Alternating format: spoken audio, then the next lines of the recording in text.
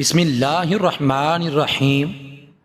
ایک شخص حضرت ابراہیم بن ادم کے پاس آیا، نوجوان تھا، کہنے لگا حضرت گناہ کا مرتکب ہوتا ہوں، چھوڑا بھی نہیں جا سکتا، ڈر بھی لگتا ہے کہ عذاب ہوگا، تو کوئی طریقہ بتا دیں کہ میں عذاب سے بچ جاؤں اور گناہ بھی کرتا رہوں۔ اللہ والے بڑے دانا ہوتے ہیں، دھکے نہیں دیتے، وہ محبت و پیار سے بات سمجھاتے ہیں، دل میں اتارتے ہیں۔ حضرت نے فرمایا ہاں میں تجھے طریقہ بتاتا ہوں۔ وہ بڑا خوش ہو گیا، بات سننے کے موڈ میں آ گیا، کہنے لگا کہ حضرت وہ کون سا طریقہ ہے کہ میں گناہ بھی کرتا رہوں اور عذاب و سزا سے بھی بچ جاؤں؟ آپ نے فرمایا کہ بھائی پہلی تجویز تو یہ ہے کہ اگر گناہ کرنا ہے تو اللہ رب العزت کی نگاہوں سے اوجھل ہو کر لیا کرو۔ اب وہ سوچتا رہ گیا، کہنے لگا حضرت یہ کیسے ممکن ہے کہ میں اللہ رب العزت کی نگاہوں سے اوجھل ہو کر گناہ کروں؟ یہ تو ممکن ہی نہیں۔ دوسری تجویز حضرت نے فرمایا پھر دوسری تجویز یہ ہے کہ تم رزق کھانا چھوڑ دو، اللہ سے کہہ دینا کہ نہ تمہارا کھانا کھاتا تھا اور نہ تمہاری بات مانتا تھا۔ اس نے کہا حضرت یہ کیسے ممکن ہے کہ میں کھانا چھوڑ دوں، میں پھر زندہ کیسے رہوں گا؟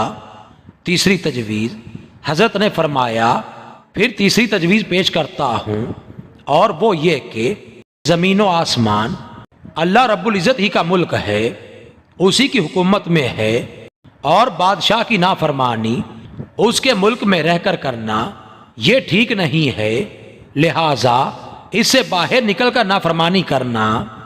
کہنے لگا کہ حضرت یہ بھی نہیں ہو سکتا۔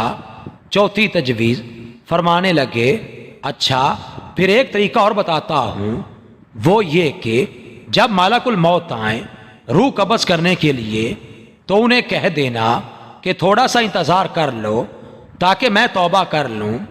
اس نے کہا حضرت وہاں تو انتظار کا تصور ہی نہیں، جب موت آتی ہے تو نہ ایک لمحہ آگے ہوتی ہے اور نہ پیچھے۔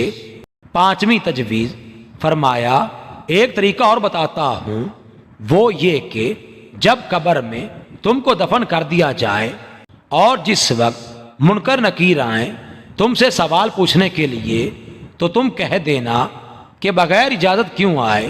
اس نے کہا حضرت میں ان کو کیسے منع کر سکتا ہوں؟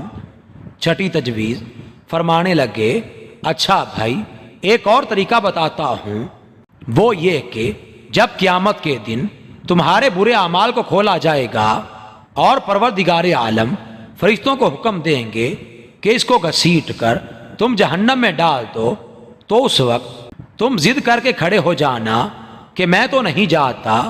اس نے کہا کہ حضرت میری کیا حیثیت ہے کہ فرشتوں کے سامنے ضد کر کے میں کھڑا ہو جاؤں؟ میری تو کوئی حیثیت ہی نہیں۔ اب لوہا گرم تھا اور چوٹ لگانے کا وقت تھا۔ حضرت نے فرمایا کہ اے بھائی جب تیری حیثیت ہی کوئی نہیں تو اتنے بڑے پروردگار کی نافرمانی کیوں کرتا ہے؟ کہنے لگا حضرت آج سے میں گناہوں سے توبہ کرتا ہوں اور آج کے بعد وعدہ کرتا ہوں کہ اپنے اللہ کی نافرمانی نہیں کروں گا۔ اللہ تعالیٰ مجھ گناہگار سمیت ہم سب مسلمانان عالم کو حیا اور پاک دامنی کا خیال رکھنے اور بے پردگی سے بچنے کی سعادت نصیب فرماتے ہوئے عین صراط مستقیم پر چلنے کی توفیق عطا فرمائے، آمین۔